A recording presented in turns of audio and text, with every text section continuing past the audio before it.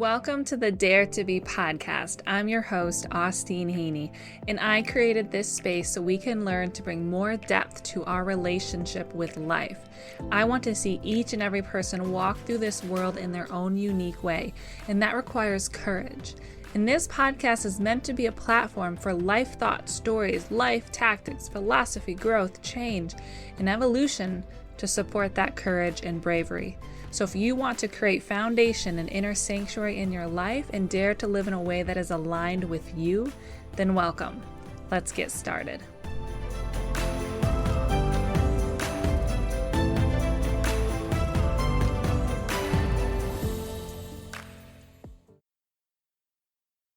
Welcome back to the Dare to Be podcast. I'm Austeen. I'm the host here. This podcast I'm really excited about. It's been brewing for a while, and in the winter time, we really get to come inward, and our energy, instead of it being out, we get to come in. It starts to come in, and it's a great time to really focus on establishing habits and routine and structure for yourself, and begin to build an internal relationship through those practices. And so before we get into the bulk of the podcast, which is about discipline and accountability and yogic philosophy of Tapas, I just want to touch base with you. So this season 1 is coming to an end. I have 2 more episodes, 9 and 10 that are coming your way. And then I have a bonus episode planned. It's an interview with a wonderful human being who has such a story and a lot of wisdom to speak of. So I'm really excited to share that a bonus episode with you. You can look for that or know that that's going to be coming around mid-December.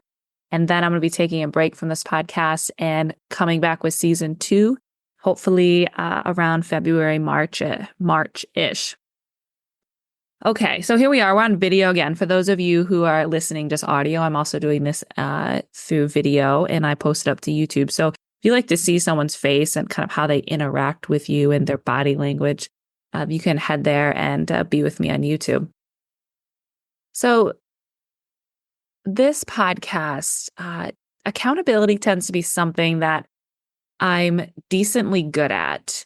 And I've been really searching for why am I good at it, and how can I explain the bridge from the thing I want to do and then executing it or making it a part of my life. Like, where does my discipline come from, and how do I make this bridge really clear so I can share it with others? Like, I feel like accountability and discipline is something that I have in me that I am meant to share and help others get there. So this podcast comes from that space and my studies around discipline, tapas, and accountability and inspiration, motivation. So that's what we're going to be talking about here.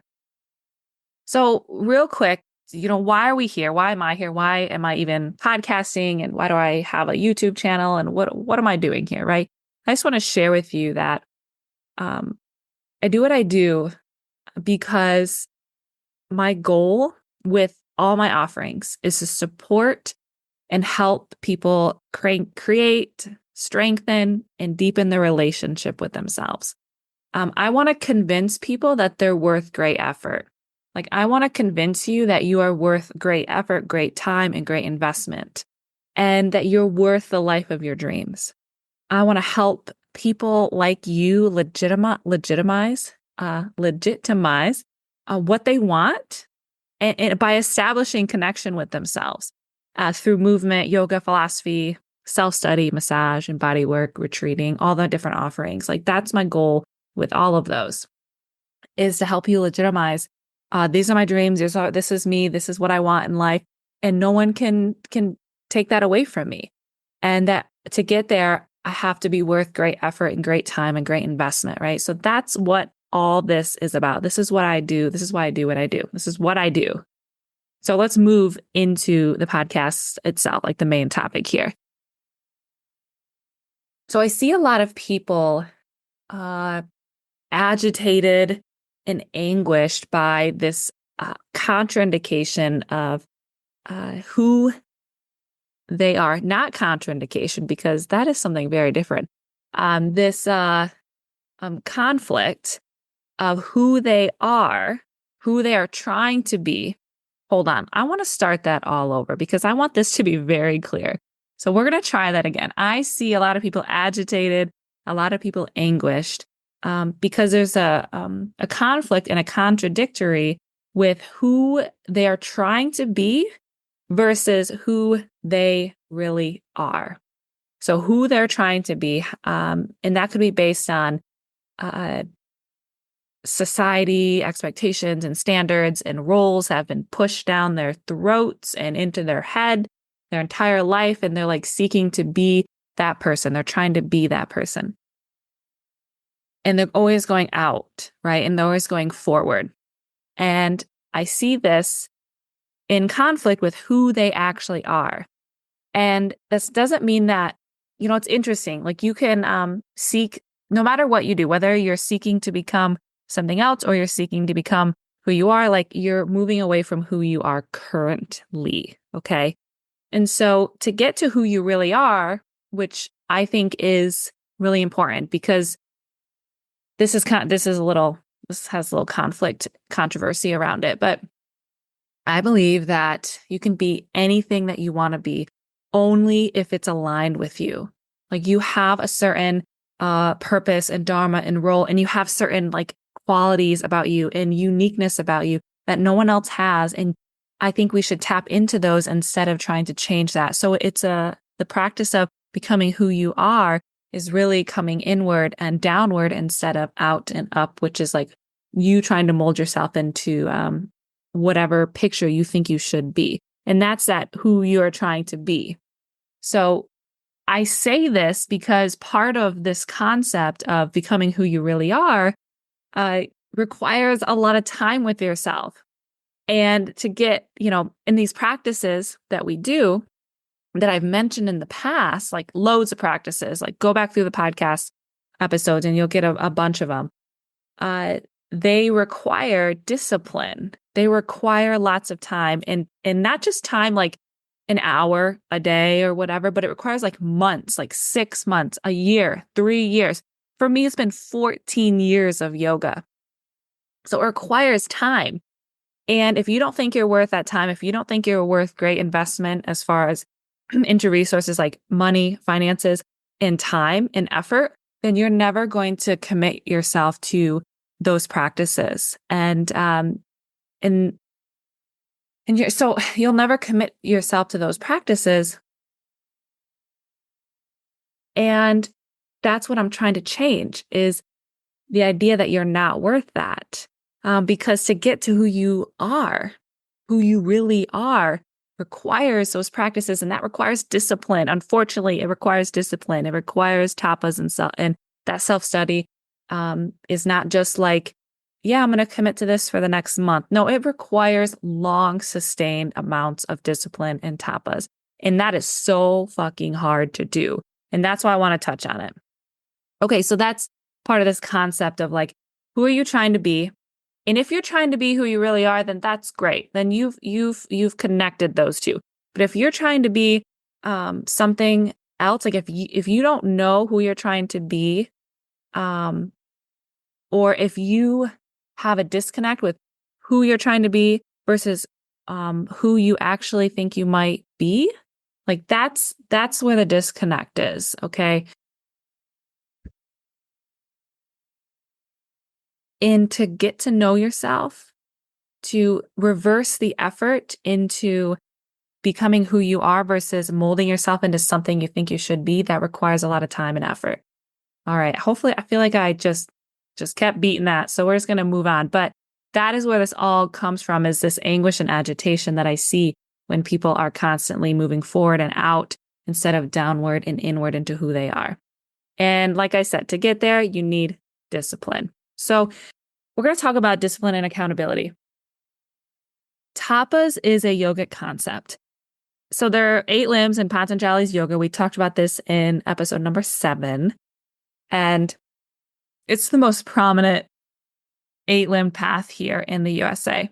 It has some good shit in it though, right? I've talked about that. I like the 8 limbs. It has some really good philosophies in there. Okay, so this idea of tapas, it's the second limb of yoga in the 8 limbs. It's number 2. And it's the third one of the second limb. So in the second limb of yoga, there's 5 different niyamas, 5 of them. And tapas is the third one, the third niyama, called tapas. And it's a yoga practice. It's a concept and philosophy of yoga, and it translates to discipline, structure, sadhana, which is a long practice, a daily practice that you do for usually 40 days, but it's a certain amount of time that you set aside, and that's called a sadhana. When you decide, I'm going to do this every day for this amount of time, for this length of time, that's what I've committed to. That is a form of practice called a sadhana. And tapas, discipline itself, is fire. It's the element of fire. And if you think about the fire, the heat is transformation. And so to transform, to evolve, you need heat. You need to adapt and change. And tapas is the fire. Discipline is the fire that cooks you, that does that. Tapas is the fire. We are the ingredients. The practices that we do are the container. And when we put ourselves in the fire, we are changed and adapted and transformed. And the longer you stay there, the more transformation, the more adaptation that you get. And it requires time. Like I said, the longer you're there, the more transformation you have. But it requires time of a consistent burn, quotation marks, burn intention, which is why people stop practices. This is why we fall off from discipline, because they're hard. They agitate us. They're tension filled. But we need that, like, to change. Wolf's Law, like, we have to adapt. We need tension to change. Tension gets a bad rap, but you can have good tension, you can have bad tension. And so I see a lot of people drop off because they're hard. But it's asking you to be something different, to do something different, to literally reorient yourself into something new. And that requires time and it requires heat. And so tapas is the fire, we're the ingredients, the practices are the container, and they require time. And we are worth great time and effort. I'm going to say it so many times, like, you are worth the 10 minutes that you have, the 30 minutes, the 4 hours that you have a day to take care of yourself. Self-care, self-fullness requires so much time. It feels like a second job, but it should be our main job, right? It should be our full-time job to take care of ourselves. And that's how we show up best for the world and for others. And so when you stay in the fire, when you stay and allow yourself to be cooked by discipline, that's when the blessing shows up. That's when the end results come. But you have to stay. And we're going to talk about staying. But know that, some practices, some disciplines and tapas can be quicker, like maybe 4 weeks. Others can be months long. This whole thing is a process. No matter what kind of self-development, self-transformation and discovery that you do, it's going to require lots of time. And that's hard for us because we want quick results. We want immediate pleasure and we want immediate gratification. So there's this quote it just says CL. Like, I'm not sure who CL is, but I want to share this with you. And it's about tapas. Can you show courage and stay in the fire until you find the blessing? That is tapas in a nutshell. Can you show courage? Can you show resilience and discipline and stay in the fire? Let yourself be cooked until you find the blessing, which you will find in that end result. But the thing about the end result is that it was purpose. We've cultivated on purpose. So we're going to begin to talk about the practices that we choose and the end result. After I get a drink of water. Thank you. Okay.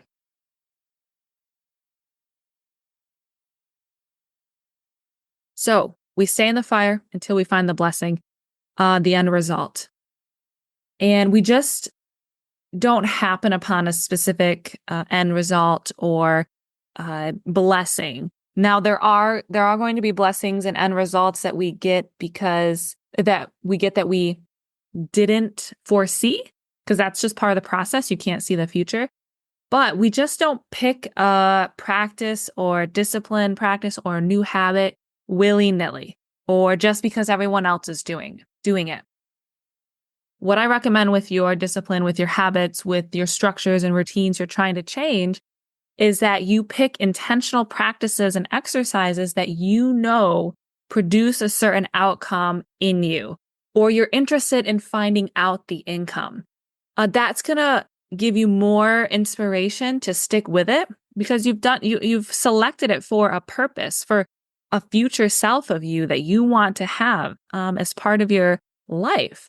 So the end result and the blessing that you're searching for, like you are intentional about what you're searching for. And now you're going to get those blessings and those transformations that you don't see coming because that's part of being cooked, and that's part of nature. That's part of being and not being able to see the future.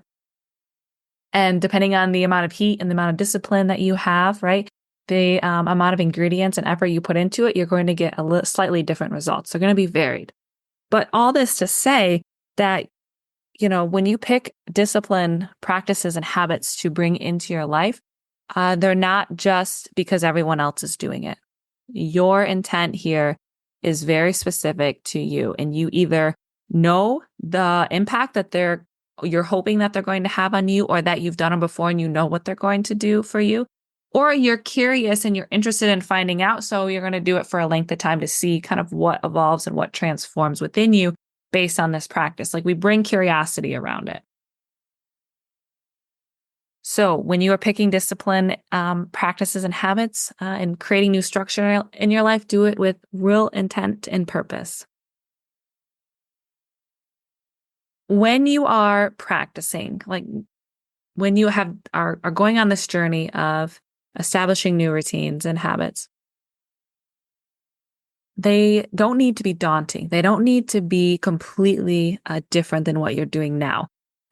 If you stick to realistic, small efforts, you're going to see that you are able to stick with them for the time that you want, a longer period of time. And you're going to not be as easily swayed because small efforts, even though you're worth great effort, the small efforts begin to add up into that great effort. And so we just don't want the new practices and habits and routines to be huge and daunting. We want realistic, small efforts to start with. I've said that before in this podcast in previous episodes. So just know what you're practicing for. Like know what you're practicing for, which really leads us into inspiration, because you want to know what you're practicing for, because that's going to be your anchor to your why. Why am I doing this? Why am I letting myself cook? Why am I getting up at 5 a.m. to do this? Why am I going out when it's cold outside? Like you got to come back to your why. And so part of your why is going to help inspire you to keep going into your discipline, into your tapas. Okay. I'm going to talk about 4 main components of discipline that I want to discuss and just give you some thoughts on. Okay. So inspiration is one of them.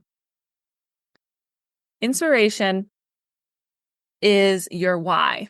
Part of it is your why. And so I always recommend that people do the 5 whys. 5 why practice. I've shared it before on the podcast. You first ask yourself, okay, why do I want to do this? Like say your goal is to quit snacking at night, which is actually one of my big habits I'm trying to do right now. So I've done this exercise.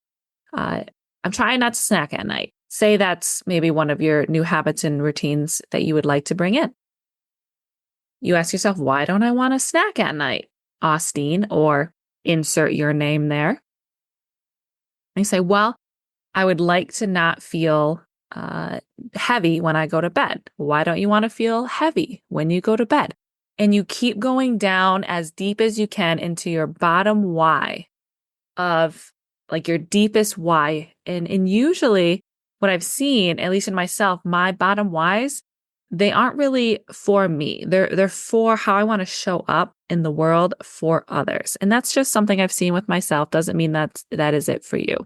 And so you part of your inspiration here is knowing your why and go as deep as you can go with it. Go as far down as you can go, like keep going. And then another, thing with inspiration is, follow others who are inspiring. Surround yourself with others who have the habits that you want. The proximity principle, right? Like you are like whoever you're closest to, the 5 people that you're closest to, like they make up you. And so put yourself in circles that have these philosophies and thoughts and habits already established. And that's going to be really inspiring. So first component of discipline is be inspired by your own why, as deep as you can go, and by others. Be purposeful and intentional with how you surround yourself and who you follow on social media. Okay, second component is motivation. Motivation is fleeting. It is unreliable. You can't lean on it. It's going to come up and then it's going to go right back down. It's going to come up. It's going to go up and down, up and down, up and down, up and down. It's not sustainable. So know that motivation is fleeting. Motivation is helpful though. When it is up, that is the time to really deepen your knowing and deepen your why, why you chose this daily habit, this structure, or this routine. And so motivation you can think of as like just a little bit more kindling to the fire, but it's not the fire itself. Like you cannot rely on your own motivation. But it can help be a remembering and a reminder and just add a little bit more fire to your discipline, but it's not going to be the main thing that helps you burn. And so use your motivation when you have it, but don't lean on it entirely. And what you should lean on and what you can lean on is your why. And then the third component, which is accountability. I have a lot of thoughts on accountability. One is invest in someone to help keep you accountable, especially if it's something that you've tried before on your own and you can't do it. Then you can invest in someone financially or time-wise or a friend, but like invest in someone to help you stay accountable.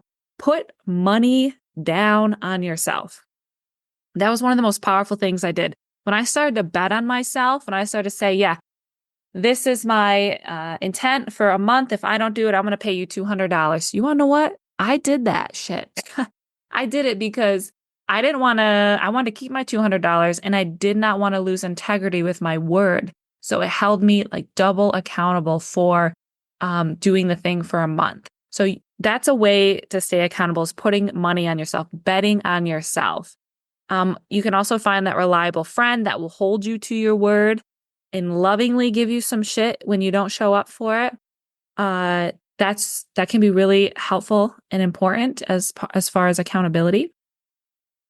Another thing with accountability is, of course you can hear, I'm sure you've heard, put it on your calendar, make a date with yourself, like schedule it in your day. Like all those are great suggestions. I have found these ones to be more impactful. Bet on yourself, like invest in yourself, put money down on yourself, and find a reliable friend who's going to be like, hey, and you can even have like a little paragraph that they send you already written out. Like you give it to them. You're like, hey, when I don't show up, I want you to send this to me, or voice record yourself saying it, right? You could do either or, but a friend could simply be, hey, this is what you said you were going to do. And this is why you told me you wanted to do it. And I'm just being a mirror and reflecting this back to you. I'm starting to lose my voice. I was hoping I warmed up enough. So we're going to move through the rest of this in the next 5 minutes or so. Okay, the last thing with accountability is track it. You get better results when you track what you're trying to change. So if you're trying to change, a data, maybe I hate using that example. I'm trying to think of a different one.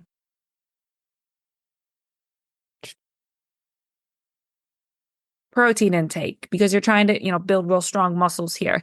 Let's do that. You need data. You need to see it consistently throughout the day and has to be top of mind for you to really focus on making changes. So if you want to change something, whether it's, food or it's body composition, or it's how much time you meditate, it's how many practices you do a day, it's how many yoga classes you attend in a month, like whatever it is, track it. They have seen in studies that people always get better results. Okay, always is a strong word. How about 85% of the time you get better results when you track what you're trying to change? So track what you're trying to change. Collect data, track it. All right, that's the accountability component. Okay, the last one, number 4, is structure. My teacher says to me often, Austeen, don't be a puddle. What happens to puddles? People walk through puddles. People walk all over puddles. Puddles shrivel up. They get small, and then it rains and they get bigger. Like they're not consistent. They expand and contract all the time. And there's no shape or form to them. And you can think about the water in a puddle as your life force, as your energy, as the water within us, as your life. And so you need structure to contain your life force, your energy, your life itself, and in the water, like the water within you. So don't be a puddle. And puddles need structures, and then they become, maybe a pool or a tub or something else. And when you build discipline and routine, this builds structure in your life. This helps you not be a puddle. And so it helps give, shape and form to your energy, to your life force, and to your, to your days, how you want to spend your life, how you want to walk in this world. Like it gives you structure to do that. And this, you can think about the structure and the discipline and the habits as something that is a container and holds you together, like holds your vision in place when you have structure, holds the big dreams and the goals that you have, and the person that you are. That's it. The person you are, not the person you're trying to be, right? So, and if the person you're trying to be is who you are, great, lovely. We made it there, right? Made it, quotation marks. And so build structure in your life. Not every part of your life needs to be structured out or that's it, planned. That's the word, planned out. That doesn't need to happen, but you do need some structure, some kind of container to hold your life, to hold yourself and the energy and life force of you. So find and build that structure. Don't be a puddle. That's what my teacher says. Don't be a puddle. I like that. It works for me. It may not work for you. So that is the podcast on discipline and accountability and tapas. Oftentimes, discipline and our good habits require us to forsake immediate pleasures. This is so true. And this can be a really hard concept. It's hard to see that by removing immediate small pleasures from our life that are not the habits we want to embody, that we are actually giving ourselves greater pleasure, joy, and happiness later in life. It's really hard to see that in the moment. Like when you decide to, sleep in 10 hours or sleep in a couple hours early and you miss the chance to move your body, or you eat the thing that makes your stomach upset, but it makes your taste buds so happy. Like all of those small moments, discipline asks us to forsake those. And it's hard to do that because that instant gratification is so rewarding. But what's more rewarding, if we can stay in the fire and stay in our discipline, is we get a lot more bigger, greater blessings and pleasures later on in life. And so just a reminder, there's a little quote I want to share with you. It's from Deborah Adele, The Yamas and Niyamas. Okay. Tapas is the day-to-day choice to burn non-supportive habits of the body and mind, choosing to forsake momentary pleasures for future rewards. So that's just a quote that supports this idea that discipline often asks us to forsake those immediate pleasures, those instant gratifications. And it's hard to do, and I see you, it's hard to do. And it's also how you're going to be who you are. And I'm also want to say all of this with sometimes you need to eat the thing and sometimes you need to sleep. It's more about, do you do it more often than is, that's not, I want to say good for you, but that's not it. Do you do it more often than your best self would or your highest self would? Because we want to live, but we also want to live like the best life we can because we're only here for a short amount of time. Okay, friends, thank you so much for being here. Just to ground us really quickly, this is podcast number 9, and it all began with the idea of who are you trying to be and who are you really? And I see this conflict that happens in people. And one part of this concept is self-study and practices. And to get to this idea of who you really are, we need discipline. And that's why this is coming into place. And Tapas, we talked about Tapas, which is a yogic concept. It's a niyama. It's the third one. And it's about being in the fire, staying in the fire.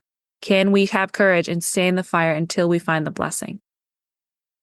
There are also 4 main components of discipline that we discussed: inspiration, motivation, accountability, and structure.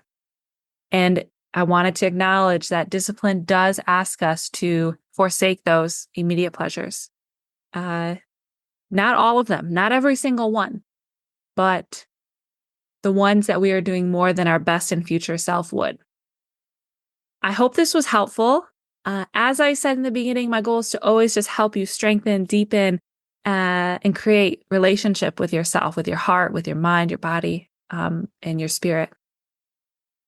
And I want to convince you that you're worth this great effort. You're worth the time. Your wants are legitimate. Your dreams are legitimate. The practices and the time you take for yourself are legitimate and important. Okay. If you're interested in continuing working with me, right now there's 3 different ways you can work with me. Online Yoga Academy, it has more than 90 on-demand videos I add monthly. It's got tender yoga, vinyasa, yin, meditation practices, some beginner yoga videos. More information on that, freetobeYogaMassage.com.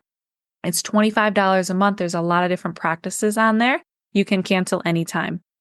The second way is I'm teaching a yoga teacher training. I'm co-leading one in March of next year, March through June. Applications are open for that. We're taking 9 students because we want to keep it boutique style and really intimate. And that is 200 hours. It starts March 14th, goes to June 6th. Information on that is as well on freetobeYogaMassage.com. And then I have 2 yoga retreats next year. One is in St. Croix on the United States Virgin Island. You don't need a passport. That is February 23rd through March 1st. I have 1 spot left, shared space, $2,500, worth every penny. And then there's Costa Rica happening June 8th through June 14th next year. There are plenty of spaces left in that retreat. The cost of it goes from $2,200 to $5,000, depending on what kind of room that you want. All the information for those are free on freetobeYogaMassage.com or my website, AusteenHeaney.com. If you have any questions, if you have any thoughts, anything at all, please interact with me. You can shoot me a text through the podcast itself. I'd love to hear how this is affecting you and if it's helpful or not. This is why I do what I do, is hopefully to be there for you. So I would love to hear if this is assisting you. All right. If you could take a moment to subscribe or share or rate this podcast 5 stars, it would be so incredibly helpful because this is how you get out in the world, is through word of mouth and reviews and testimonials like that. So thank you very much. And I'll see you guys next time for episode number 10. Thank you so much for joining me today, my friends. If you found value in this podcast or it made you smile, please consider leaving a 5-star review and subscribe on whichever platform you are listening on. This allows other like-minded people to find me. If you would like to support me in other ways, check out my website, austeenheaney.com, or freetobeyogaandmassage.com. Thank you, and don't forget, sometimes the biggest dare that we can do in a day is to have hope. Until we meet again.